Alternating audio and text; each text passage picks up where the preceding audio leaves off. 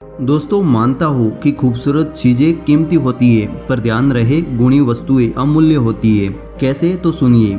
एक समय की बात है, गर्मियों के दिन थे, दोपहर का समय चल रहा था। सूर्य की किरणें आसमान से आग बरसा रही थी।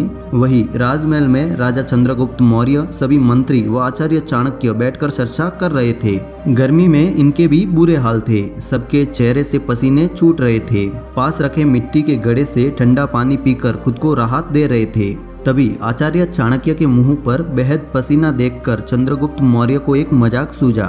उन्होंने चाणक्य से कहा, आचार्य जी, पूरी दुनिया जानती है कि आप कितने गुणवान हैं, परंतु क्या ही अच्छा होता अगर आप इतने ही रूपवान होते। चाणक्य कुछ कहते उससे पहले महारानी ने उत्तर दिया, महाराज, रूप तो मृग तृष्णा है। व्यक्ति की पूजा उसके रूप से नहीं बल्कि उसके गुण व बुद्धि से होती है। फिर से चंद्रगुप्त बोले, रानी, आप रूपवान होकर भी ऐसी बातें कर रही हो। चलो मान लिया, गुण के सामने रूप की कोई अहमियत नहीं है, पर क्या कोई ऐसा उदाहरण है जिससे ये साबित हो सके कि गुण रूप से बड़ा है?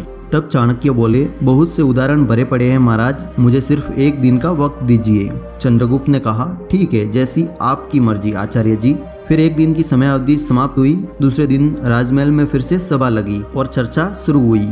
चंद्रगुप्त ने चाणक्य से पूछा, आचार्य जी, गुण बड़ा है, क्या इसका कोई प्रमाण मिला? तो चाणक्य ने कहा, जी महाराज, पर उससे पहले अन्य विषयों पर चर्चा कर लेते हैं। जब मुझे जरूरत महसूस होगी मैं प्रमाण दे दूंगा। तब सभा में अन्य विषयों पर चर्चा शुरू हुई। कल की तरह आज भी गर्मी थी। चर्चा थोड़ी देर चली ही थी कि चंद्रगुप्त को प्यास लगी। उन्होंने पास ही रखे घड़े से पानी पिया तो वो जल्ला उठे, क्योंकि पानी गर्म था और उस घड़े पर कपड़ा लपेटा था। ऐसे में चंद्रगुप्त ने तुरंत वो कपड़ा हटाया तो पाया कि मिट्टी के घड़े की जगह सोने का घड़ा था। सोने के घड़े को देख सभी मंत्रियों से रहा नहीं गया। ऐसे में सबने घड़े की तारीफ करना शुरू कर दिया। महाराज ये सब देखकर आग बबूला हो उठे और अपने सेवकों से पूछा, किस मूर्ख ने ये घड़ा यहाँ पर रखवाया है? तभी चाणक्य खड़े हुए और बोले, महाराज, वो मूर्ख मैं ही हूँ। चंद्रगुप्त बोले, क्षमा करें आचार्य जी, क्या मैं ये जान सकता हूँ कि आपने इतनी गर्मी में सोने के घड़े को यहाँ क्यों रखवाया है?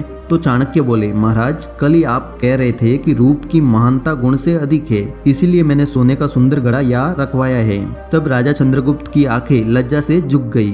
अब वो समझ गए थे कि मिट्टी का घड़ा भले ही कुरूप हो, पर उसमें पानी ठंडा रखने का गुण है। ऐसे में कितना ही खूबसूरत सोने का घड़ा मिट्टी के घड़े की पूर्ति नहीं कर सकता।